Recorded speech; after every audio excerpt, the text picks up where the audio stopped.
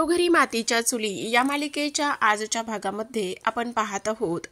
आता सुमित्रा इथे जानकीला म्हणत असते, जानकी, हिला शिक्षा करण्याचा अधिकार फक्त तुझा आहे। तूच हिला शिक्षा करू शकतेस आणि तुला हिने खूप त्रास दिलाय। तुला या परिवारापासून दूर करण्याचा हिने प्रयत्न केलाय, तुझ्या आनंदावर विरजण टाकण्याचा हिने प्रयत्न केलाय। त्यामुळे हिला शिक्षा फक्त जानकीच देऊ शकते। जानकी, हा हक्क तुझा आहे, असं म्हणून गुलाबला ती आवाज देते।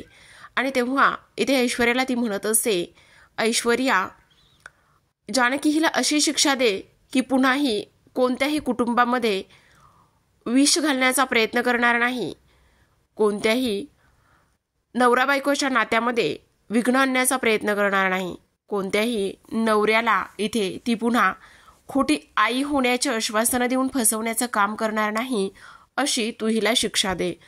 असं म्हणताक्षणी जानकीच्या हातामध्ये मोठी काळ्या रंगाची काठी असते।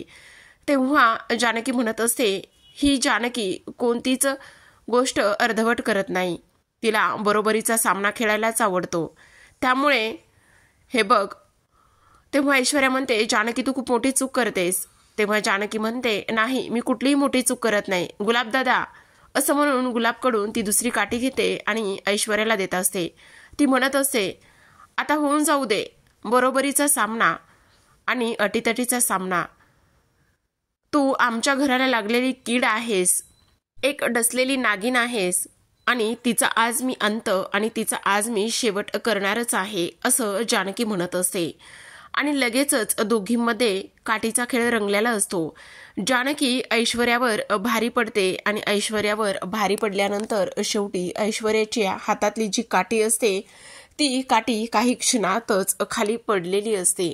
आणि काठी काही क्षणात खाली पडल्यानंतर इथे ऐश्वर्या जमिनीवर कोसळलेली असते। जानकी म्हणत असते, आमच्या घरामध्ये आलीस आणि आमच्या घरामध्ये लक्ष्मीच्या पावलांनी नाही तर इथे विघ्न घेऊन तू आलेली आहेस, त्यामुळे तुझा अंत हा होणारच आहे। मी तुला 1000 वेळा समजावून सांगण्याचा प्रयत्न केला होता, सुधर ऐश्वर्या, सुधर ऐश्वर्या, पण तू काही सुधारण्याचं नाव घेत नव्हतीस आणि तू सुधारली सुद्धा नाहीस, असं इथे ती बोलते। शेवटी ऐश्वर्या खाली जमिनीवर पडल्यानंतर जानकी तिच्यावर काठी जोरातच मारणार तेव्हाच ऐश्वर्या तोंडावर हात ठेवत असते। असं त्यांनी सीन दाखवलेला असतो की आता खरंच जानकी तिला मारते की काय, पण जानकी तिथेच काठी थांबवते।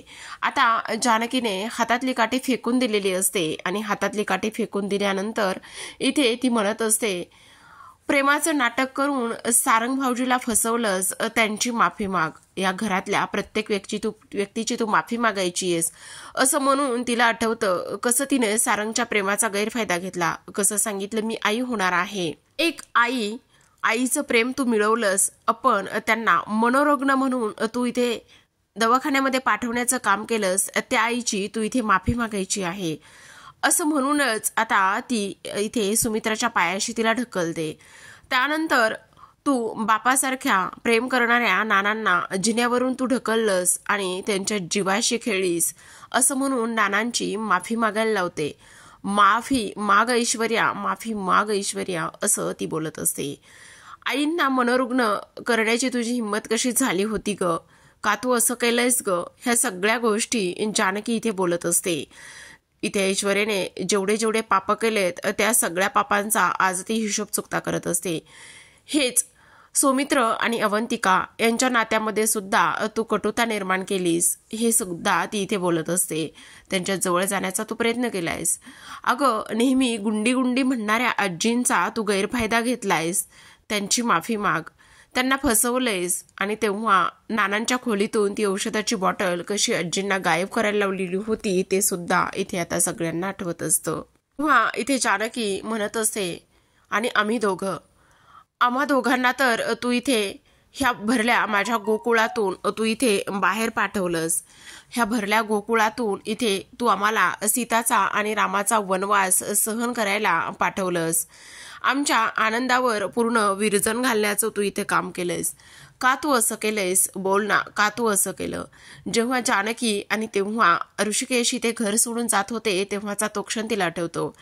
अगं तुझ्यामुळे माझी निरागस गोडगोंडस मुलगी इथे तिला काय काय सहन करावं लागलं.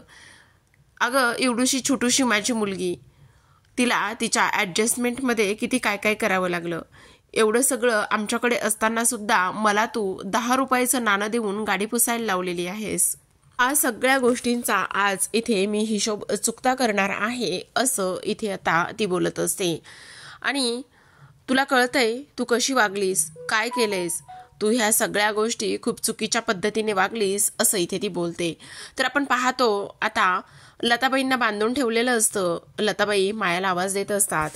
लताबाई म्हणत असतात, अगं माया कुठे आहेस तू, कुठे आहेस तू, काय करायचे, आपण कसं इथून बाहेर पडायचे मला कळत नाही. ह्या सगळ्या गोष्टी इथे ती बोलत असते. आता ह्या सगळ्या गोष्टी बोलत असताना परमेश्वरा धाव रे असं सुद्धा इथे ती बोलत असते.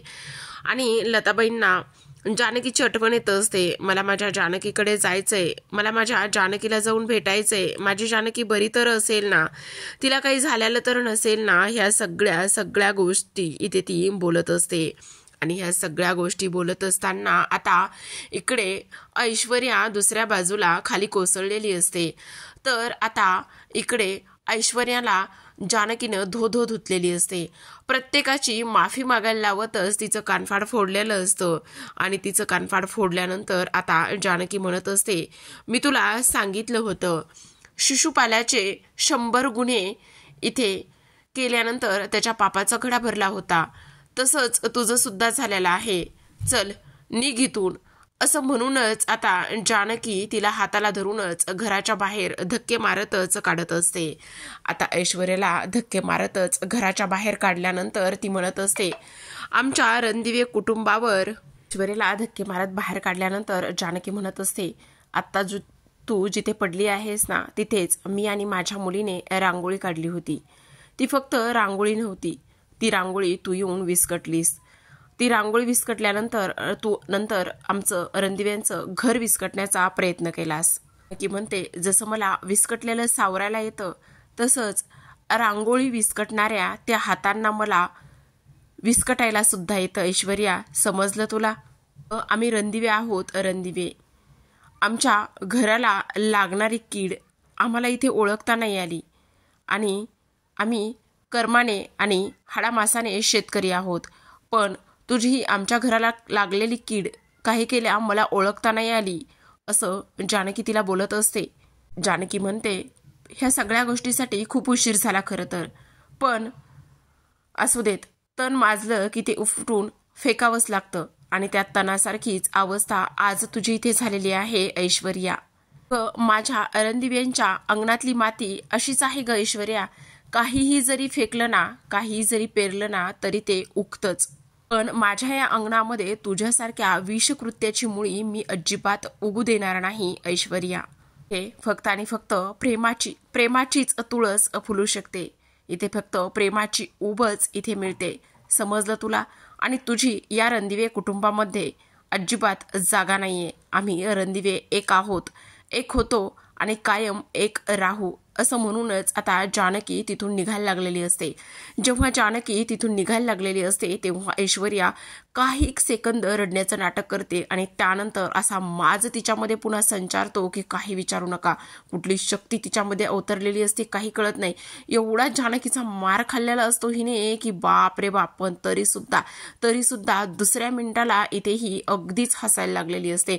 एवढी जोरात हसते म्हणून विचारू नका. सगळे रणदिवे पुन्हा शॉक होऊनच तिच्याकडे पाहत असतात. एवढी हसायला लागते आणि हसायला लागल्यानंतर अगदीच एक गुडघा वर करूनच तिथे बसलेली असते. आणि तेव्हा ती म्हणत असते, वा वा वा वा वा, आज काय सगळे रणदिवे एकत्र आलेत. आज सगळ्या रणदिव्यांचं प्रेम मात्र खूपच उफाळून चाललेलं आहे जानकी. पण एक गोष्ट तू विसरतेस जानकी, तुझी आई, त्या आईच्या खुनाखाली तुला जेलमध्ये जावंच लागणार आहे. आणि ही गोष्ट लक्षात ठेव तू कायमच. जानकीच्या पाठीशी खंबीरपणे उभा आहात ना तुम्ही. पण एक गोष्ट लक्षात ठेवा, ही जानकी तिच्या आईच्या खुनाखाली लवकरच जेलमध्ये जाणार आहे खडी फोडायला. तेव्हा काय करणार आहात तुम्ही? काय करणार आहात? आज मी सांगते, आज मी तुम्हाला छातीत ठोकून सांगते की ह्या जानकीच्या आईला ह्या लब्बाड राणीनं मारलेला आहे. लब्बाड राणी काय म्हणाली होतीस? गाणं भारी होता, लब्बाड राणी, राजाची ग लब्बाड राणी.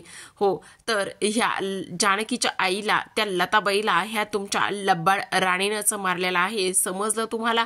असं म्हणता क्षणी आता सगळ्यांना खूपच मोठा धक्का इथे बसलेला असतो आणि त्या खुनाखालीच इथे जानकी जेलमध्ये सडणार आहे आणि तेव्हा मी तिला जेलमध्ये पाठवणार आहे, असं सुद्धा आता इथे ऐश्वर्या बोलत असते. तर इकडे मात्र जानकीला राग येत असतो, पण ऋषिकेश तिला समजावतो. तो म्हणत असतो, हे बघ जानकी, शांत हो. ती मुद्दामच तुला उकसवण्याचं काम करत आहे, त्यामुळे अजिबातच तू ह्या सगळ्या गोष्टीकडे लक्ष देऊ नको. ती मुद्दाम हे सगळं काही बोलते. आणि जानकी, तुला काय वाटलं ग? तू हा सगळा काही लग्नाचा घाट घातलास, मला फसवण्याचं काम केलंयस आणि तुला वाटतं का तू जिंकलीयस? तर तू कधीच जिंकू शकत नाही. तर ही मीच जिंकणार, कायम मीच जिंकणार, कारण मी ऐश्वर्या आहे. ऐश्वर्या, समजलं तुला? तुला माहिती? अगं, तुझी आई गेली ढगात, ढगात गेली तुझी आई. आणि कुणी मारले माहिती आहे तुझ्या आईला? ह्या लब्बाड राणीने मारले जानकीच्या आईला. तुझी आई गेली, जानकीची आई ढगात गेली, असं म्हणूनच गोलगोल फिरत असते आणि टाळ्या वाजवायला सुरुवात करत असते. आता सांग, काय करणार आहेस? मला शिक्षा देणार आहेस? तुला काय वाटलं तू जिंकलीस आणि मी हरले? अजिबातच नाही. अरे, जानकीची आई ढगात गेली असं म्हणूनच नाचायला लागलेली असते. असं म्हणून नाचायला लागलेल्या ऐश्वर्या पुढे आता रणदिवे कुटुंब शॉक लागल्यासारखं बघत असतं. आता खरं तर हिला शिक्षा द्यायची जानकीची खूप इच्छा असते, पण ऋषिकेश तिला थांबवतो. तो म्हणतो, नाही जानकी, मी तुला म्हणतोय ना, हिच्या नादाला लागू नकोस. कायदा हातात घेण्याची काही गरज नाहीये. ती मुद्दाम म्हणून तुला डिवचण्यासाठी आणि तुला राग देण्यासाठी हे सगळं काही करत आहे. प्लीज शांत बस, असं आता ऋषिकेश जानकीला सांगत असतो. पण ऐश्वर्या मात्र कुठली शांत बसते? ऐश्वर्या शांत बसतच नसते. ती म्हणत असते, तुम्ही माझ्याशी पंगा घेतलाय. मी ऐश्वर्या आहे. ऐश्वर्या, समजलं तुम्हाला? ही ऐश्वर्या एवढ्यात हार मानणारी नाहीये. त्याचबरोबर इथे मी ह्या जानकीला कोर्टामध्ये खेचणार आणि जानकीला नाही शिक्षा दिली तर नाव ऐश्वर्या लावणार नाही, कारण तिच्या आईच्या खुनाच्या खटल्याबाबतच मी तिला अडकवणार आहे. मी तर तुम्हाला उघड सांगितलं आहे की इथे मीच ह्या जानकीच्या आईला मारलं आहे. आता ऋषिकेश म्हणत असतो, हे बघ, केस अजून कोर्टात सुरू आहे. तू असे आरोप करून इथे नाही त्या गोष्टी इथे बोलू नकोस, काय समजलं तुला? आणि हे बघ जानकी, तुला नेहमीच सगळ्या गोष्टी सांगत आलेली आहे. जानकीने तुला नेहमीच सांगितलेलं आहे की विजय हा नेहमी सत्याचाच होतो आणि अजून सुद्धा विजय हा सत्याचाच होणार आहे, समजलं तुला? तेव्हाच ऐश्वर्या म्हणत असते, सत्य? कसलं सत्य? सत्याचा विजय होणार आहे असं तुम्हाला वाटतंय? प्रेक्षकांनो, खरं तर ऐश्वर्या थोडंसं नाटकच करते. म्हणते, विजय सत्याचा होणार, विजय सत्याचा होणार, सत्य जिंकणार. आणि लगेचच अशी ॲक्शनमध्ये पाठीमागे वळून पाहते आणि लगेचच म्हणते, अच्छा, विजय सत्याचाच होणार आहे असं तुला वाटते? मग मला पण बघायचं आहे विजय कोणाचा होतोय, तर सत्य जिंकतंय का मी जिंकते तर. तेव्हा जानकी म्हणत असते, हो, आता कोर्टातच भेटू. तेव्हा ऐश्वर्या म्हणते, हो, कोर्टातच भेटायचं आहे आणि मला पण बघायचंय ना की तुम्ही कसे जिंकताय, काय होतंय ते, असं ऐश्वर्या बोलत असते. आणि तेव्हाच कोर्टात भेटू असं म्हणूनच पदर इथे अगदीच जोरात फेकते आणि तिथून निघून जाण्याचा ती प्रयत्न करत असते. तर आता ऐश्वर्या तर इथून रणदिवेंच्या कुटुंबातून निघून गेलेली असते. पण प्रेक्षकांनो, ती कुठे जाऊन जाणार आहे? तर कुठे जाणार आहे? तिच्या डॅडाचं एवढं मोठं घर आहे ना, मग ती तिकडेच जाणार ना. तर आता ऐश्वर्याची हकलपट्टी तर केलेलीच असते, पण आता गुणगान गाण्याची वेळ असते ती आपल्या जानकीची. जानकीच्या बाबतीत आतापर्यंत सुमित्राने खूप मोठ्या चुका केलेल्या असतात. त्यामुळे आता सुमित्रा इथे जानकी समोर हात जोडून उभी असते आणि म्हणत असते, जानकी, मला माफ कर, खरंच मी चुकले. मी आत्तापर्यंत तुला खूप त्रास दिलाय, मी तुझ्यावर अविश्वास दाखवला आणि प्लीज मला माफ कर. मी असं तुझ्यासोबत वागायला नको होतं, मी खूप चुकीची वागले. खरं तर ह्या सगळ्या गोष्टी माझ्यामुळे झालेल्या आहेत. मीच प्रत्येक वेळी त्या ऐश्वर्याला पाठीशी घालत आलेली आहे आणि माझ्या सोन्यासारख्या सुनेला इथे मी हडतूड केली, त्याचबरोबर तिला खूप काही बोलली. हे सगळं आता सुमित्रा इथे बोलत असते. पण जानकी, खरं सांगू, तुझं आज मला कौतुक करावं तेवढंच कमी वाटतंय. खरंच आज तुझ्यामुळे रणदिव्यावर आलेलं कुटुंबावर संकट जे होतं ते दूर झालेलं आहे. तेव्हा जानकी म्हणते, नाही आई, ह्या सगळ्या गोष्टीमध्ये तुम्ही सगळे माझ्यासोबत होतात आणि त्यामुळे ह्या सगळ्या गोष्टी झालेल्या आहेत. आणि हे बघा, हे सगळं मी एकटीने केलेलं नाहीये. ह्या सगळ्या गोष्टीमध्ये तुम्ही माझ्यासोबत होतात म्हणून हे सगळं झालेलं आहे. आणि तेव्हा सुमित्रा म्हणत असते, पण अंधारलेल्या वाटेवर इथे इथे दिवा लावण्याचा काम तर तूच केलेला आहेस ना, त्यामुळे तुझं खरंच खूप कौतुक वाटतंय मला. आणि ह्या सगळ्या गोष्टीमध्ये माझी चूक झालेली आहे आणि मला ती चूक माझी लक्षात आलेली आहे की मी कशी तुझ्यासोबत वागले, कशा पद्धतीने तुला त्रास दिलाय आणि मी प्रत्येक वेळी तुझ्यावर अविश्वास दाखवला. ह्या सगळ्या गोष्टी, ह्या सगळ्या चुका मला इथे समजलेल्या आहेत, असं आता इथे सुमित्रा म्हणत असते. तर जानकी म्हणत असते, आई प्लीज तुम्ही असं नका स्वतःला वाईट वाटून घेऊ. आणि हे बघा, तुम्ही आई आहात माझ्या आणि आमचं काही चुकलं, कान धरायची वेळ आणि कान धरायचा हक्क हा तुम्हालाच तर आहे ना. बघा आई, नका एवढ्या सगळ्या गोष्टींचा विचार करू. हे बघा, तेव्हा ऋषिकेश म्हणत असतो, नाही, त्या सगळ्या गोष्टीचा इथे विचार करण्याची आणि हे करण्याची काही गरज नाही. एखादं वाईट स्वप्न पडलं होतं असं म्हणून विसरून जायचं. तेव्हा इथे सारंग म्हणतो, हा आई, एक वेळा विसरून जाऊ शकते. आई एक वाईट स्वप्न पडलंय म्हणून विसरून जाऊ शकते, पण या घरातील एक व्यक्ती अशी आहे की ती ऐश्वर्याला कधीच विसरू शकत नाही.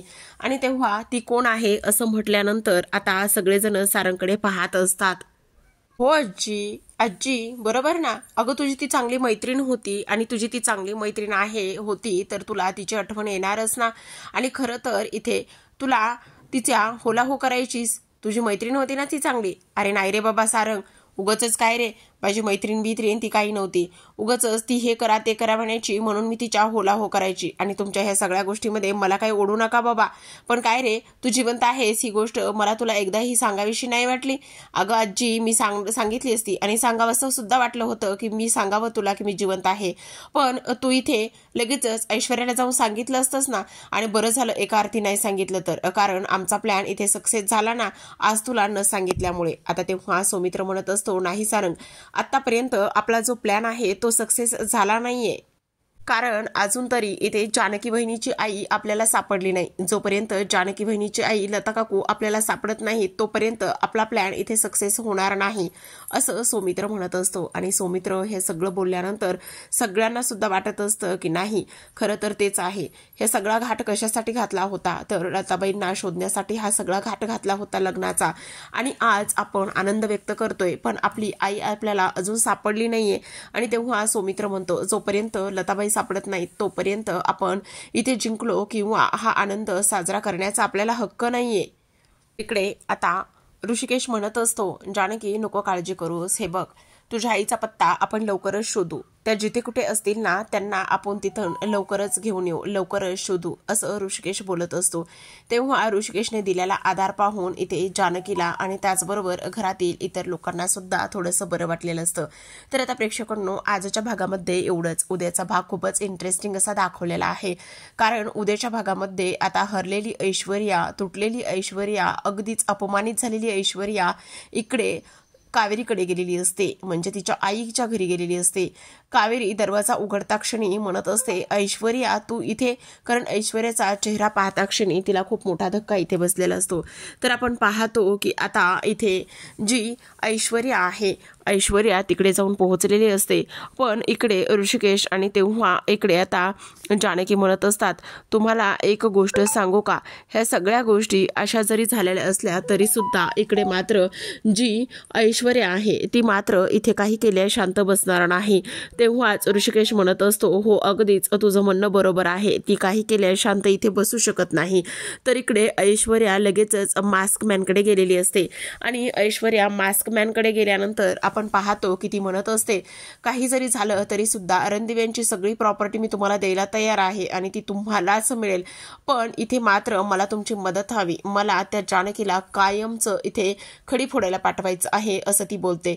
तेव्हा आपण पाहतो की आता पोलीस रणदिव्यांकडे आलेले असतात. आणि पोलीस रणदिव्यांकडे आल्याबरोबर ते इथे उद्याच कोर्टाची ऑर्डर तारीख आहे आणि उद्याच कोर्टामध्ये हजर व्हावं लागणार आहे अशी उद्याची तारीख मिळालेली आहे। हे सगळं ऐकल्यानंतर ही लोक खूपच शॉकमध्ये गेलेली असतात। त्यांना पूर्ण खात्री असते की हे सगळं ऐश्वर्याने मुद्दामूनच केलेलं आहे, कारण आपण कुठलीच तयारी केलेली नाही आणि अशा पद्धतीने इथे तिने लगेच उद्याच्या कोर्टाची तारीख इथे मागून घेतलेली आहे। त्यामुळे ते थोडेसे अस्वस्थ होतात। आता आपण पाहतो की आता ऋषिकेश आणि सौमित्र म्हणत असतात, आता तर खूपच मोठं टेन्शनचं काम झालेलं आहे, कारण आपली कुठलीच तयारी सुद्धा नाहीये। आणि तेव्हा सौमित्र म्हणतो, हो, कारण आतापर्यंत आपल्याकडे कुठला पुरावा नाहीये आणि तयारी सुद्धा नाही आणि उद्याच कोर्टामध्ये बोलवलेलं आहे। तर इकडे जानकीला थोडंसं टेन्शनच आलेलं असतं। तर पाहत राहा घरोघरी मातीच्या चुली या मालिकेचे मित्रांनो, तुम्ही आपल्या स्पर्श मनाचा या YouTube चॅनलला सबस्क्राईब करा आणि बेल आयकॉन प्रेस करा आणि पुढील भाग एन्जॉय करा। भेटूयात पुढील भागात, तोपर्यंत धन्यवाद।